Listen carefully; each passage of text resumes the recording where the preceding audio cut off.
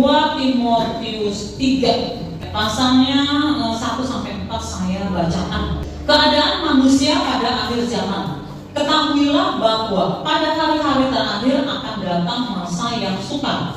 Manusia akan mencintai dirinya sendiri dan menjadi hamba uang. Mereka akan membual dan menyombongkan diri.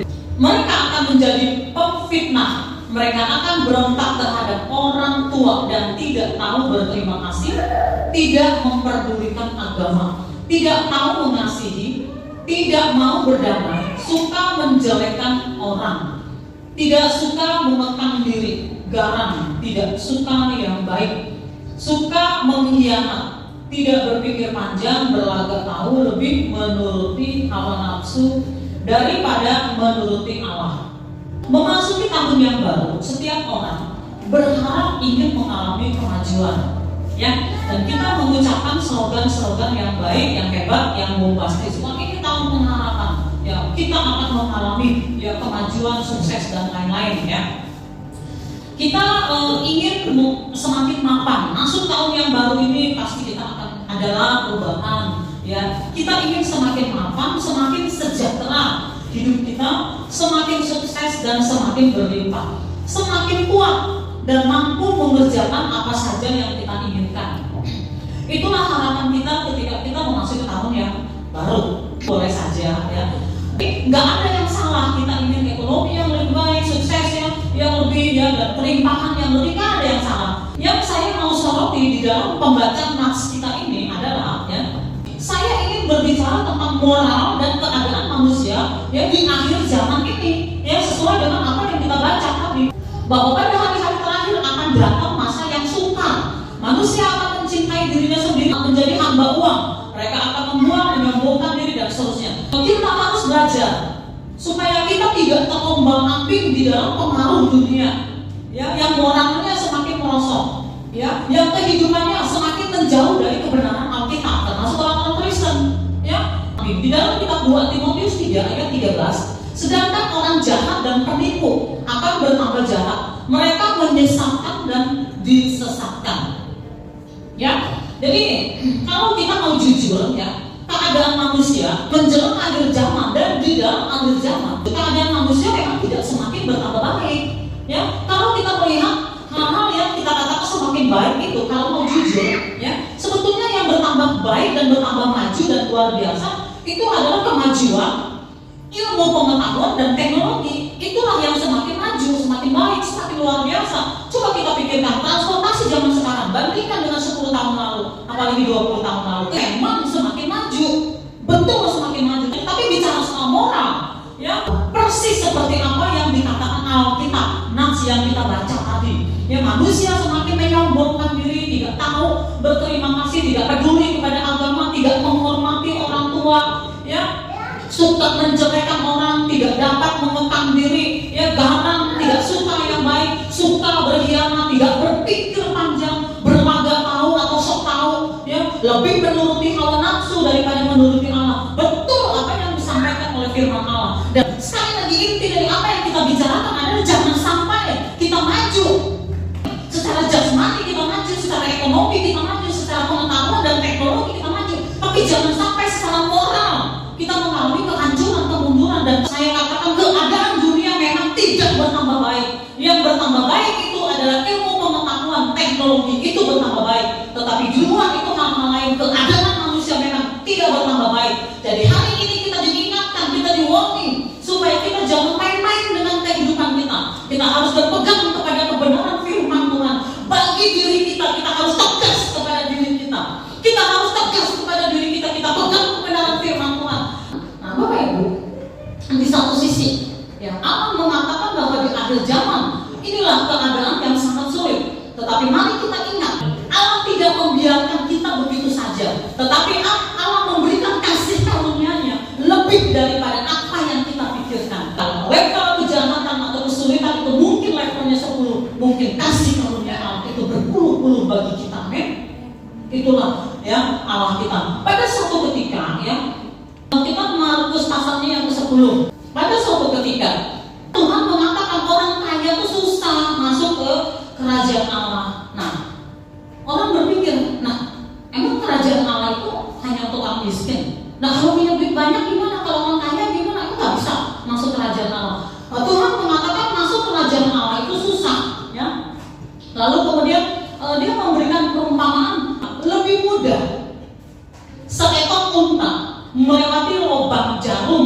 daripada seorang kaya masuk ke dalam kerajaan Allah. Nah, apakah kita harus miskin dulu lalu kita masuk kerajaan Allah? Nah, orang-orang itu kan berpikir demikian. Lalu di ayat 26 mereka gempar dan berkata seorang kepada yang lain, jika demikian siapakah yang dapat diselamatkan? Kalau begitu susahnya masuk kerajaan Allah, susah sekali masuk kerajaan Allah, lalu siapa yang bisa masuk kerajaan Allah? Nah, begitu kan? Mereka makin gempar. Lalu ayat 27, Yesus memandang mereka dan berkata, bagi manusia hal itu tidak mungkin, tetapi bukan demikian bagi Allah, sebab segala sesuatu adalah mungkin bagi Allah.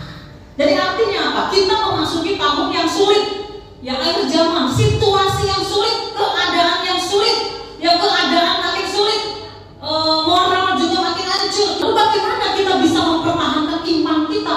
Bagaimana kita hidup dalam kesucian di tengah-tengah situasi pengaruh yang luar biasa ya di akhir zaman ini? Nah, jawabannya adalah kasih karunia Allah bagi kita lebih daripada kesulitan yang kita hadapi. Ya, dengan pertolongan Allah, dengan kasih karunia Allah, kita dimampukan untuk hidup suci. Kita dimampukan untuk hidup di tengah-tengah kesulitan, bahkan mengatasi kesulitan tersebut, dan kita menjadi lebih daripada pemenang dengan kasih karunia Allah. Amin. Alkitab mengatakan 1 Yohanes 4 ayat 4, kamu berasal dari Allah anak-anakku, dan kamu telah mengalahkan nabi-nabi palsu itu, sebab roh yang ada di dalam kamu lebih besar daripada roh yang ada di dalam dunia.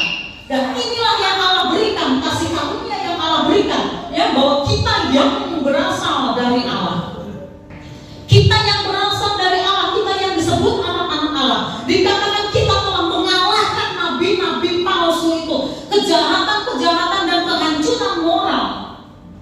Ya, sumbernya adalah iblis dan nabi palsu. Tetapi kita sebagai anak-anak Allah, kita dikatakan bahwa kita telah mengalahkan nabi-nabi palsu itu.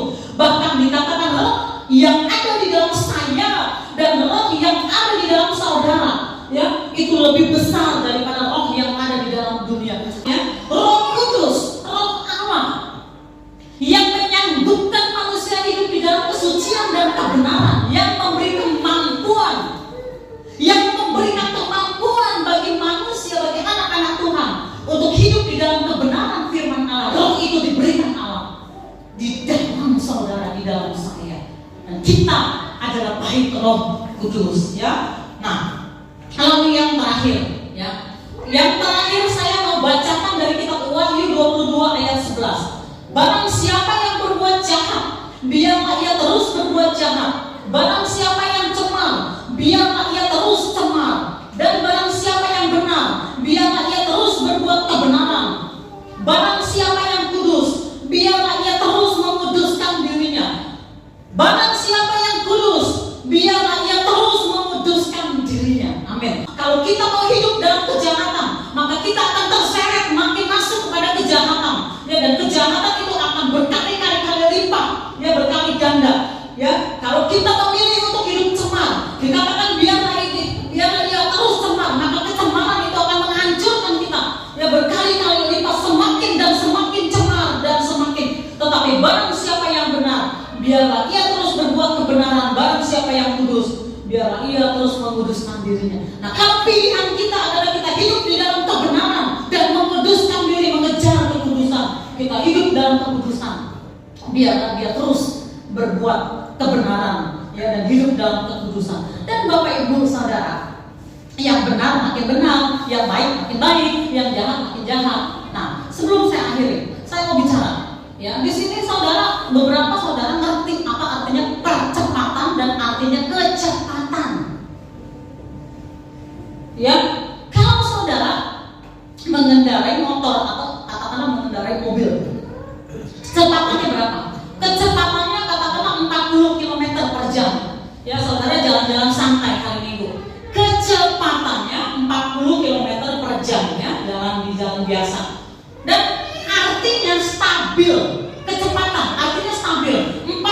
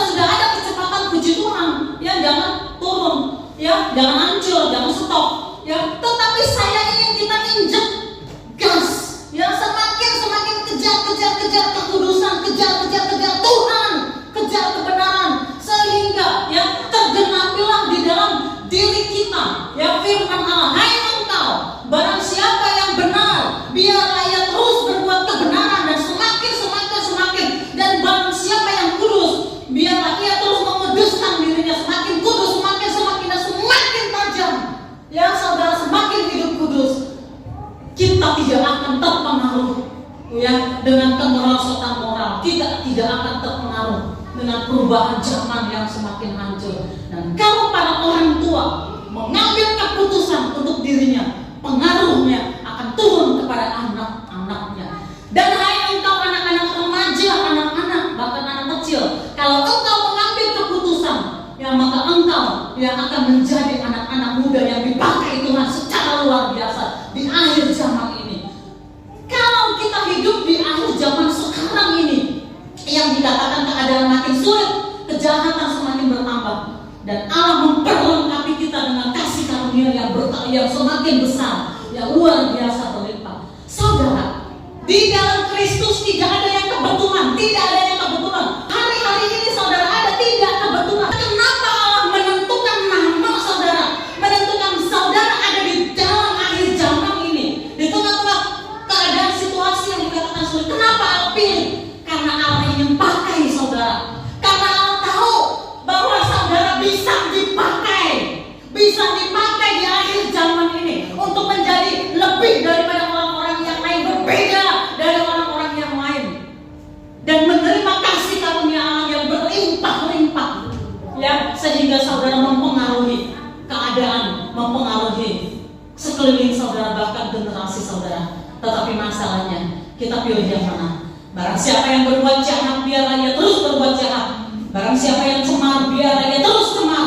Dan barang siapa yang benar, biarlah ia terus berbuat kebenaran. Barang siapa yang kudus, biarlah ia terus menguduskan dirinya. Saya mau tanya, siapa yang mengatakan aku mengerti Tuhan, aku tahu isi hati Tuhan, aku tangkap, aku mau hidup dalam kebenaran, aku mau kejar, aku mau ada percepatan di tahun 24 ini, aku mau menggantikan apa yang hilang, keterlambatanku, segala yang hilang, segala yang lambat, segala yang stop di tahun 23, tahun 24 aku mau kejar. Terjadi percepatan di dalam hidup. Kalau itu adalah keputusan saudara, angkat tangan. Saudara yang mengangkat tangan, turunkan tangan, kita tunduk berdoa.